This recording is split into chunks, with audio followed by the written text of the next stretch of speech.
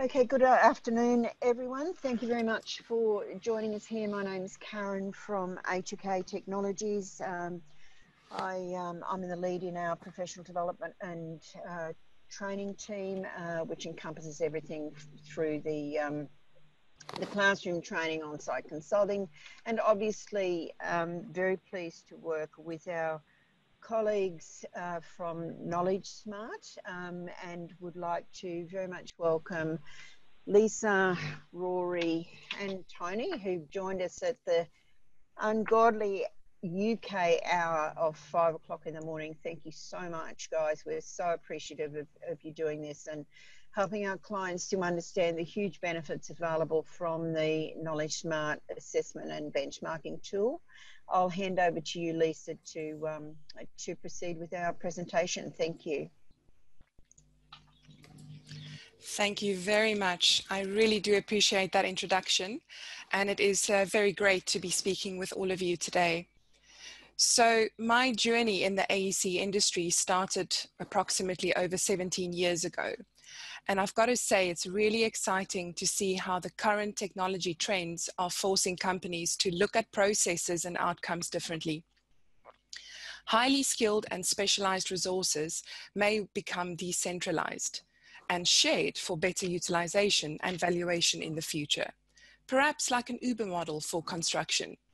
One thing is for sure, we will all need to get a better understanding of skill proficiency and have the ability to identify performance risks and deliver targeted training. There are tangible benefits not only for the organization, but for the teams, the individuals, and even clients and other stakeholders too. So let's just quickly look at 5 goalposts for today. So we want to hopefully show you how to build a culture of accountability and drive employee engagement. We want to show you how you can personalize and customize the KnowledgeSmart tools to make them more relevant and connected to your company. We want to show you how you can optimize your training budget, minimize failed hires, and improve your project resource plans. Hopefully, this will establish a roadmap towards timely and meaningful insights. And ultimately, you will have an understanding of the value of adopting the KnowledgeSmart tools across your entire organization. So let's interact. If you have any questions, please type it into the Q&A box. And this just kind of shows you how to do that. We will have a Q&A session at the end of the webinar. So if you want to keep your questions until the end, that's also okay. So let's just quickly look at the current KnowledgeSmart worldwide footprint. So KnowledgeSmart is currently active in about 25 countries across the world. We have interacted with over 1,000 AEC companies. There are over 30,000 active users at the moment, 25 global partners, and over 20 plus authors. And when we say authors, we mean representatives from industry who are helping us constantly structure and improve our off-the-shelf library content. We have over 80 titles in this assessment library that you get to work with, and you are able to use the assessments as they are, or of course customize and personalize them as is required. So let's just ask ourselves a couple of questions. While the financial impact is quantifiable, chief financial officers actually rank a bad hire's morale or productivity impact ahead of monetary losses. Disengagement is contagious, which may be why employers don't seem to defeat it. So what is the cost of a manual subjective assessment process at your company? The cost of continuous training based on guesswork, assumption, or some subjective opinion of what the company needs. The cost of a disconnected team or even delayed project delivery. I'm sure you'll agree with me that these costs are quite detrimental to any company. This brings me to this concept of little data in a very big data world. So we're living in a world where we're constantly overwhelmed with data all around us. We touch data on a daily basis. But how can a little data approach make all the difference for your business? This is about connecting people with timely, meaningful insights that leads to actionable steps that make a real, tangible difference to the way your business or company proceeds. It's providing accessible, understandable, and actionable data that influence those everyday tasks. The challenge, though, is finding the 1% of data that matters the most. So if we just have a look at the 5 keys to designing a measurement system that supports and improves the performance of teams and their individuals, one approach would be just to go and design an assessment or use one of our assessments and just roll it out to your team. But would that really be effective? Perhaps we need to start around a workshop or a discussion and think about the organization's goals. Think for a moment about what are the current project challenges? What are the pain points that the various teams are currently experiencing? And then we design our assessment plan according to that feedback. And that, of course, immediately makes it more relevant. We're also not going to try and measure everything using numbers. We might be incorporating, other forms of feedback, such as the KnowledgeSmart survey tool, perhaps, to capture more subjective information. We might even train the team to create its own measures. The message here is that this is not a once-off engagement, just to do a quick skills test. This is about implementing a tool that will have a tangible impact across many different areas within your business. So on that note, let's look at the skill assessment outcomes. So from a project resourcing perspective, it's about assigning individuals to teams or projects based on their knowledge or necessary skills. From a skills data perspective, you can do simple or complex analysis of that skills data. From a learning culture perspective, we are creating a learning culture, and this is about encouraging users to have a willingness and a desire to continuously learn new skills as the technology evolves and as the needs of the company evolves. Ultimately, it's about driving this concept of agility, easily shareable skills that builds this agile organization. So from a KnowledgeSmart side, these are our objectives: to deliver a compelling, versatile, and engaging assessment tool, to deliver tools that surface related insights from questions that you perhaps didn't even know you should ask, and to deliver data query tools, reporting dashboards, and skills matrix tools that helps drive operational efficiency across your entire organization. So there are 5 key business areas that can benefit from measuring team performance. We look at HR leadership, the learning and development team, the project delivery team, project technology leadership, and business development team. And this might be quite new to some of you. Often people would think that perhaps it's the HR team that owns, any kind of assessment plan process, and it might only be used for the interviewee process and recruitment. But there are many, many different aspects or sort of silo areas where we believe the KnowledgeSmart tools can help your company. So let's look at these 5 areas just in a little bit more detail. So from a human resources management side, it's about optimizing the mix of people and skills via regular assessment to retain your top talent.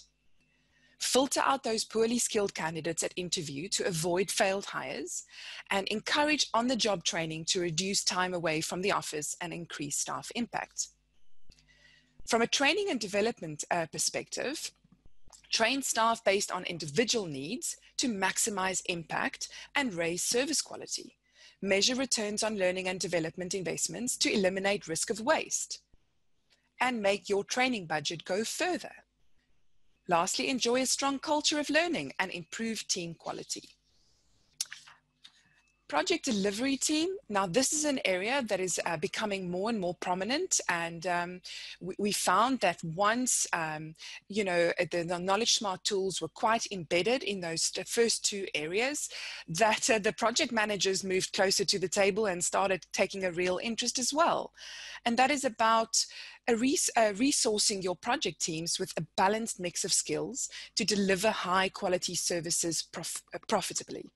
Create an environment of team learning and growth to improve client service levels, and reward growth and encourage mentoring across teams to improve project quality and client services. So having the ability to match the right mentor, for example, to the right mentee. Making sure the right person is assigned to the right project. From a project technology leadership, measuring returns on technology investment to eliminate risk of waste, analyzing risks and cross-functional requirements, mitigating risk, which is a huge cost for a company, you know, if that's not managed correctly, bridging communication between the different stakeholders and the team, and having a mindset of positive evolution. So looking at your data and say, right, we've got these challenges, how can they be resolved? From the business development team side, it's about differentiating your services and benchmarking your competitive advantage to win more work. So based on the data that you've captured and looked at from your assessment plan, you might uncover that your team has skills that you were not even aware of. You could even uncover some data about collaborating with the right partners, companies, and contractors. So imagine a world where your partner companies or contractors are also using these tools, and teams can start being structured proactively based on the requirements of a project. So here we also talk about this path to sustainable training. And there seems to be quite a lot of information on this slide, but it's really just about establishing that process to make sure that any training initiative is sustainable. So it is about doing an assessment plan that establishes that base level benchmark data for your team. We, of course, capture some really valuable background data as well. So once you've got that data in place, it might be about then assigning some targeted e-learning training plans. And those could be using some of the Autodesk tools, Pinnacle series from Eagle Point, which of course we have a direct integration with. It could be Global e-training, it could be LinkedIn Learning, Degreed, and many other solutions. We might follow that up with some in-person training workshops and mentoring, and that could be where your Autodesk partner like A2K comes in and does, performs these workshops. Once again, they are targeted workshops, so they are based on the results of that assessment plan. We then might follow that up with some application exercises and further e-learning content. After that, we might reassess and do a survey and kind of look at where we're at. And we might even decide to follow that up with professional certification. After that, our results might even touch the strategy table, where we look at review and strategy, and we use tools such as Power BI, Workday, Degreed, or Tableau to help us fuel these discussions. So I, of course, want to show you a live demonstration of our tools. And I'm going to do that in just a moment. But on this slide, I just want to mention that when you engage with KnowledgeSmart and get started with your subscription, we like to give you as much resource as possible to help you get started. It is incredibly important to us for you as a company to see value in these tools as quickly as possible. We have a getting started process. We give you examples of assessment policies, perhaps some tools that you can share with your team to help them engage in the process. And we also have a support help desk, which you can tap into at any point in time. Now, our support help desk is not only there for you to log an actual support query, but it's also for you to go through our knowledge base area, where we have a large group of video content and worksheets that is strategically grouped into areas to help you get started with your implementation of this tool. Now, I mentioned earlier in the presentation that KnowledgeSmart captures some background data during the assessment process. Now, this background data allows us to look at a slightly wider picture. The global benchmark data comprises anonymous, aggregated data for our most popular assessments. So, for example, we can see that the United Kingdom showed the highest Revit architecture score over the last year, followed by Australia and New Zealand. We can also look at the elapsed time parameters and see what is the average elapsed time. The data that we have available includes a detailed breakdown by discipline and user background, and is available to anyone that is interested. So here is an example from Australia, where we look at Revit architecture benchmark data. And it really helps us to understand in the industry what is the average scores and elapsed time based on some of that background data that we capture, such as the primary learning method and the years of experience. So once again, if anyone's interested, I can share some more information on these latest stats after the webinar today. Yet another example, just showing the average global score of our Revit Architecture Fundamentals assessment. And like I said, we can see that the United Kingdom is coming up top there, with Australia and New Zealand coming up second. Then just to quickly talk about the value proposition. I won't go into too much detail about this, but of course ourselves or A2K can touch on this again after the webinar. It's just understanding how the KnowledgeSmart value proposition works. So a KnowledgeSmart subscription is based on two parameters. The one is the number of users to be tested in a year. We call these active users, and the number of required library topics to be included in the assessment mix.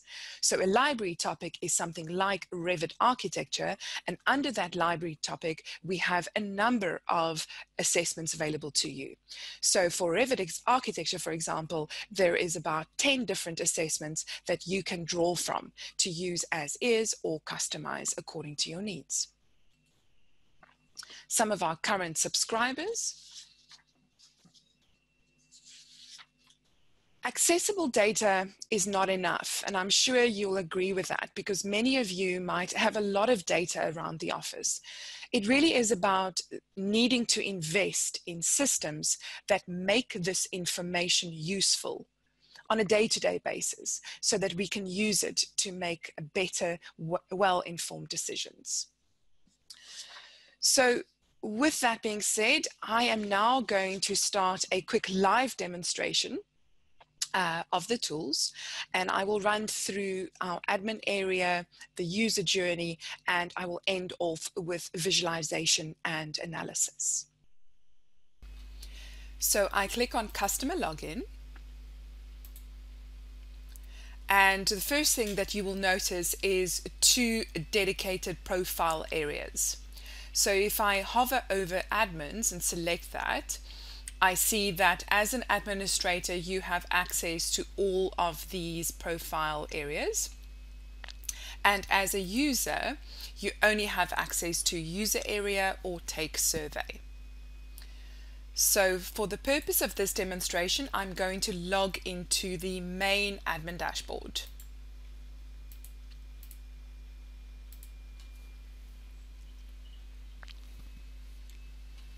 The first thing that you will notice once you land inside the KnowledgeSmart admin dashboard is a couple of summary charts, which gives you information about how many invites have been sent, what the assessment status is per assessment, and also your subscription details. I will follow the exact process that you will follow when setting up your KnowledgeSmart account. If we go to the main menu, Accounts, we can see that it is very easy to simply add an additional account.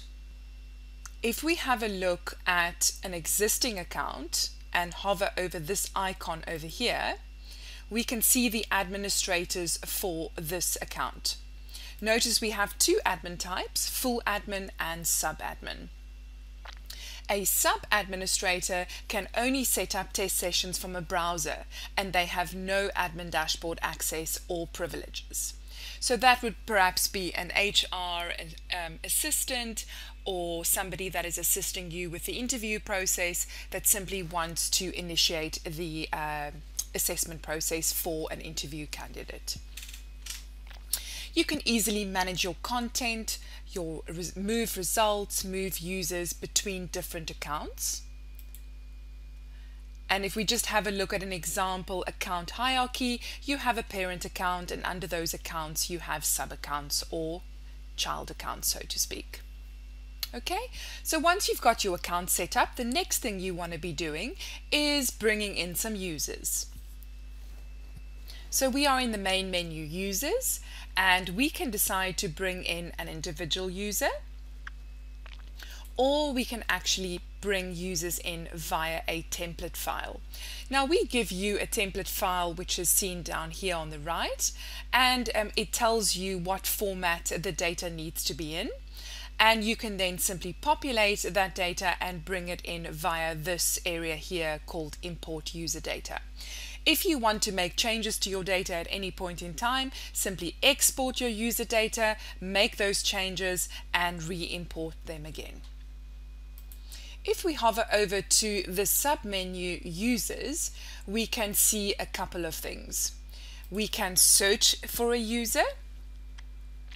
We can group our users. So these are called static groups, where we manually add people to a group that we've created.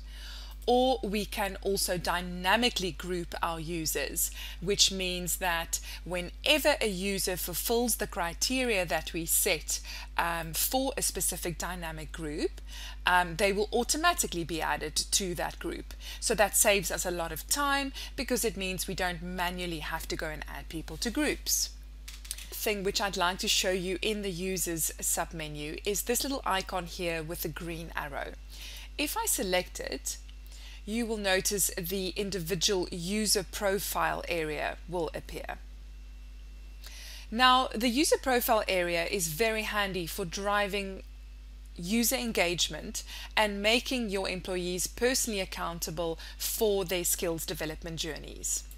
If we go to the My Details submenu, we can see that a user would be able to change their password, view any personal details housed for them, make amendments to this data, and also upload a profile picture.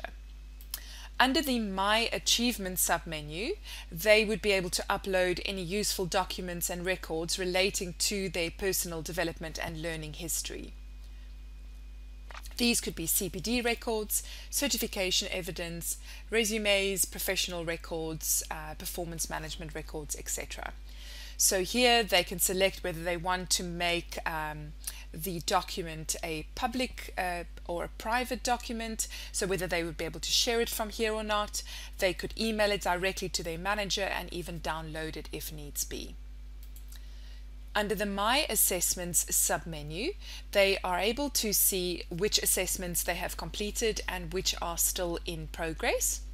They would be able to resume the ones that are in progress directly from within this menu. And for those that have a completed status, they would be able to view the relevant assessment certificate and also look at their results in a bit more detail. So if they look at the My Scores submenu, they would be able to see their score, the time taken, their personal skills gaps, and if they scroll down a little bit, they would also be able to do some benchmarking as far as the individual questions are concerned. So an internal benchmark against the average scores for their organization, and also a global benchmark comparing their results against the global benchmark data that we have available. Notice they're able to do that as far as accuracy is concerned, score, as well as elapsed time. So that is the KnowledgeSmart user profile area. If we then just go back to the admin dashboard and just summarize, so where are we now in the assessment plan? We have imported our user data, and we are now going to look at the settings menus and see what we can customize or personalize. So the first thing to notice is that we do allow you to customize the invite wording.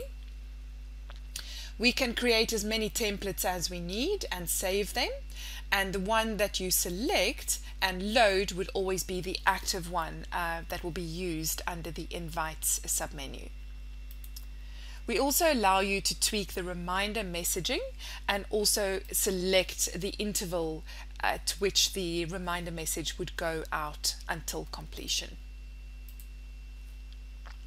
Under the feedback submenu, we get to control the level of feedback detail that goes out to the assessment taker. So for an interviewee, we might just have a basic report. For an employee, we might select feedback and coaching on report. And when you make changes, just always click save to record those changes. What is really good as well is I can apply those settings to linked accounts and apply them in one go if I like. Under branding, I'm able to upload the company logo and apply that logo as per my selections over here. So that just gives the interface a personalized look and feel so that it can be deemed almost an internal tool. Under the user data fields area, I can use this area to add some custom labels to 5 additional data fields that KnowledgeSmart allows you to capture or use. So this might be, for example, whether the user is certified or not, what their start year was, what is their current sector focus, perhaps their office location. The data fields can be used to capture additional information from the user that you don't have access to, or it could simply be used to help you filter and group your results. So notice here in the first example, the user will not be interacting with this data. This is data that I perhaps have already as part of my HR records, and I simply want to use it to help me group my data. All of those options are unticked. The second example, I have got all the options ticked, and this means that the user will be prompted to select their start year from a handy drop-down menu during the assessment process. I can also use my user data fields to help me add parameters to my dynamic groups, and I will show you how that works in just a moment. Under the UI option submenu, I get to control a couple of UI options, such as whether I want my skip question to be active, my request training button, whether I would like my user data capture to be at the beginning or the end of the assessment process, and whether I want to give my users access to the user page or the user profile areas, and also whether I would like to hide the test logout links. So once you've made your selections, just click Save to record changes. Under the resources area, I get to look and download PDF notes on most of the aspects inside the admin dashboard. So these notes support the videos that we have available inside our support help desk, which really helps you implement this tool in no time at all. Under System Mail, I get to control who receives which system emails, and I can even add an additional email recipient that perhaps is not an administrator but would like to receive some of the system emails. Right, so I've made the necessary setting adjustments. I am now going to move over to the library area. So under the library area, we have published content and draft content. Under published content, we have KnowledgeSmart tests and published tests. These would be the tests that you've published, and these are the tests that are available as part of your subscription from our off-the-shelf library. Say, for example, I wanted to make a change to one of the assessments, let's say Practical BIM Fundamentals. I would first import this assessment into my draft content area. And from there on, I would be able to then make the necessary changes to modules or questions or even to the assessment settings. If I wanted to quickly just have a look at the structure of an assessment to check for relevancy, I would simply select this magnifying glass over here, and I'm quickly able to see a description of the assessment, how many available questions there are, how many assigned questions there are, and review some other settings and information about that assessment. It's also important to understand the structure of our assessment. So each assessment contains a number of modules, and each module contains a number of questions. You are able to edit questions or modules, and you're even able to design questions of your own and develop a test from scratch if you like. Once I'm happy with my assessment that I've designed for my team, I can then move over to the Invites menu. And to send out my invite, I simply then select the assessment of choice, and I can then enter individual emails, first name, last names, and click Add to add them to this invite process. Or once again, I can use a template provided here to invite a group of people. Next, I will check the subject line and the invite wording. I will set my expiry date and I will click Send Invite. There is one other way that I'd like to share with you in terms of how to invite users. I could simply go over to my user menu, select all the users that I want to invite, and click Invite Selected Users. It confirms that 4 users have been added to my invite list. If I then go over to Invites again, notice those 4 users have been added for me. So we give you a number of ways of adding your users to the invite process. Once the invite has been sent, I can go over to the History menu, and I can easily see which invites are in a not started, in progress, completed, or pending status.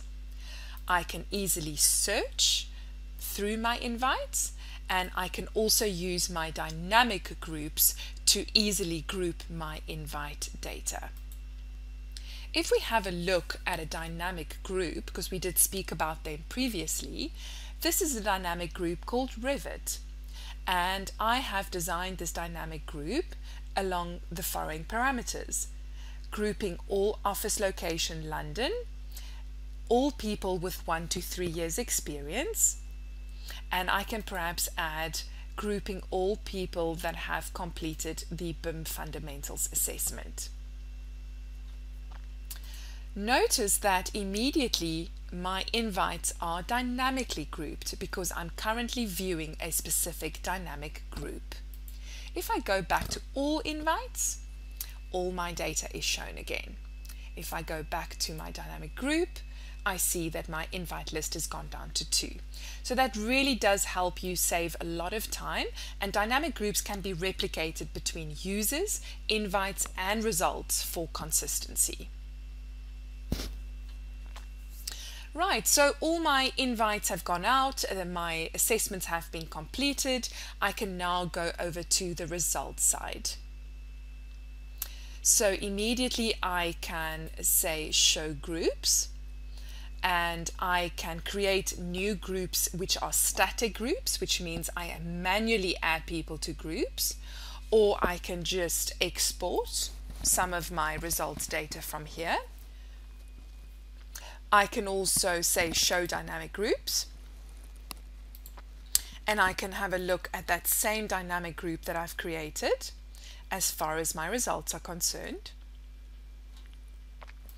I can use the search functionality to find specific people that I might be looking for. And I can then also go over to the performance area to view various charts and graphs available inside the KnowledgeSmart platform. Okay, so that then is the results submenu. If I go to the main menu again, I would like to show you this area here called data analysis. So KnowledgeSmart allows you to develop or use one of our data queries. So let's go and have a look at one of the data queries, 70% or greater test scores. So you'll notice that we have designed a couple of data queries for you in here, but you can very easily change and edit any existing queries and give them a unique name and add some unique parameters of your own. Let's take a look at how to edit an existing query. So if we say display all columns, we can see the information that is available to us in terms of building this unique data query. When you're editing an existing query, always give it a unique name so that it sort of overrides, so it doesn't override the existing query.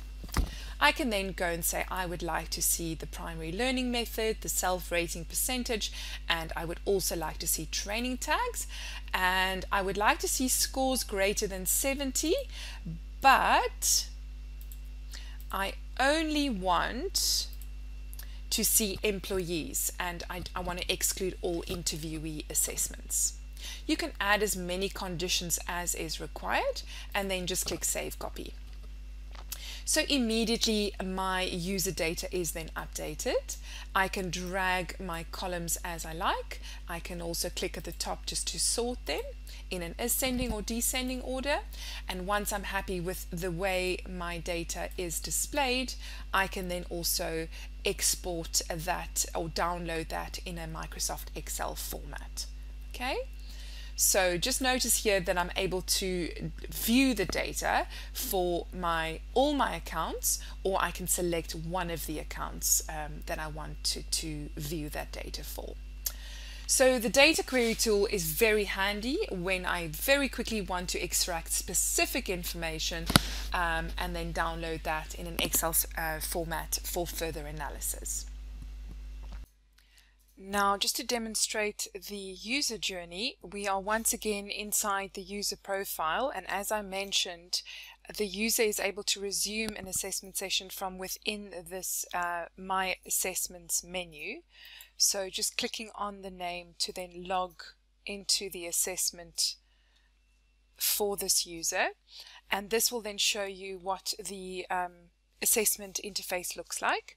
So at the beginning here is the user data fields that we capture from the user, and as well as a couple of background questions, and they then have to indicate their knowledge of the specific assessment topic according to the scale here, and they then click the green Let's Get Started button there.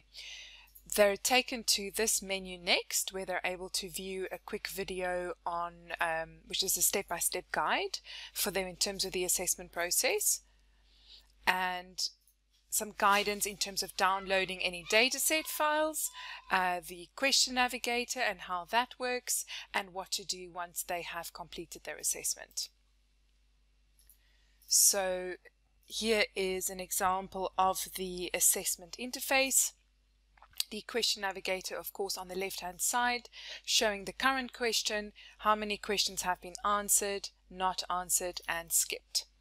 So once they have reviewed the question, they simply select their answer.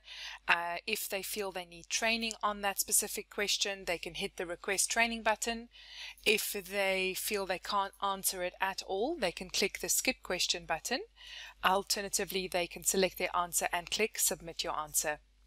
So very straightforward and easy to use, and of course the whole time the elapsed time is being measured as well. Now back to the admin dashboard to take a closer look at some visualization and data export options. The other item I want to show you here is this area called data export. So KnowledgeSmart has developed a consolidated data export which allows you to export all your KnowledgeSmart data in one click. So if I click Run Export over here, that will request all the KnowledgeSmart data housed for the specific account. So if I then go Open, that will open up the data for me in Microsoft Excel format. So if we have a look at what information is then housed inside this consolidated export, user and background data, invite history, results, question performance, module performance, training tags, training requests, skipped questions, and then moving on to grouping. So static groups, user groups, dynamic user groups, your results groups, and lastly, also the KnowledgeSmart benchmark data. So this consolidated data export forms the basis of your analysis that is going to be done in one of our Power BI templates. So if you need to request the Power BI template, you simply go over here to Power BI template, and that opens up a handy landing page where you're able to view more information about the Power BI templates that are available. There are two versions, a getting started version and an advanced version based on your needs and understanding of Power BI. So you then simply download the relevant template, and you can then import your consolidated data export instantly and start viewing your data inside our template. So on that note, let's go over and look at this inside Microsoft Power BI. The first thing you'll notice when you have uploaded your data to the Power BI template is that we have various ways of navigating to the specific visualizations. We have created a navigation menu, and the beginners and intermediate menus are part of the getting started template, and there is also an advanced template that includes beginners, intermediate and advanced. So there are three ways to view a specific visualization. The first way would be to hover to the specific button that you see on the menu and control click to access that visualization. The second way would be to click on the relevant tab down here. And the third way would be to actually select one of the bookmarks from the bookmarks pane. So let's go and click on user analysis, just to start showing you some examples of the available visualizations. So this one looks at user analysis. Then we've got invite history, invite history funnel, so I can very quickly see who's not started, who's in progress, and who's completed.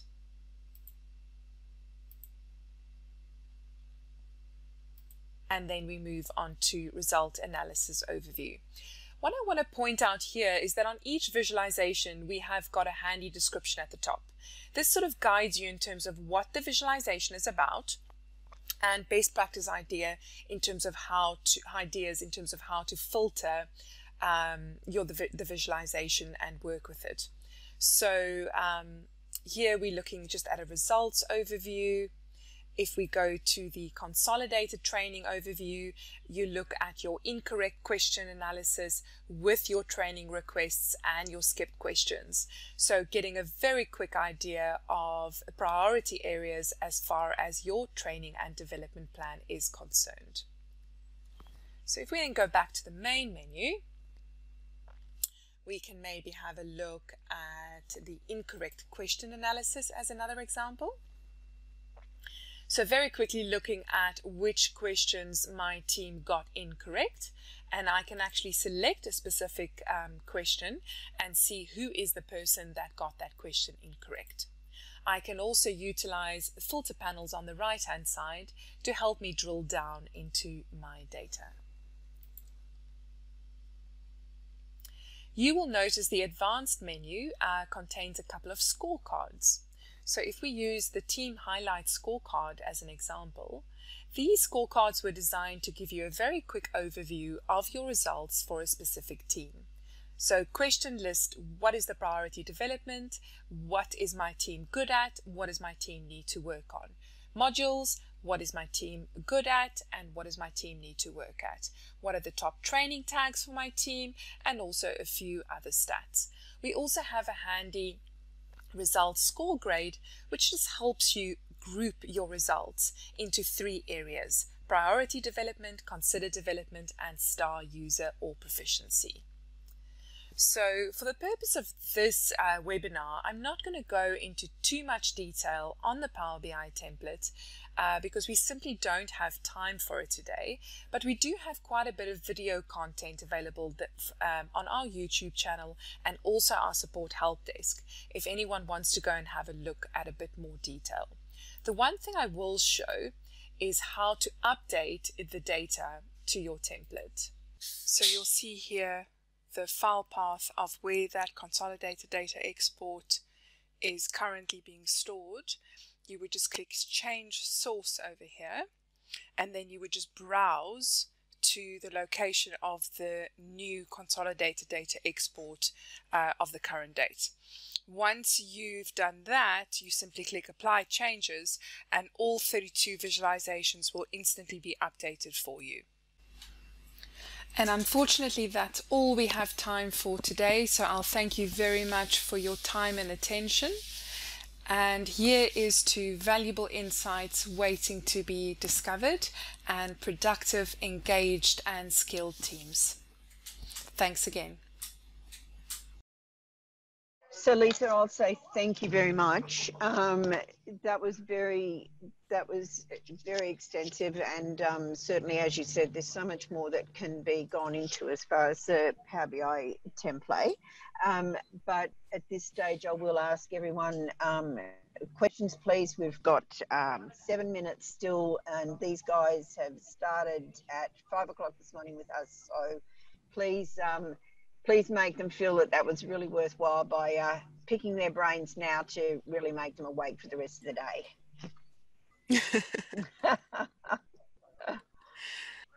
So if you have any questions, just type them into the chat box.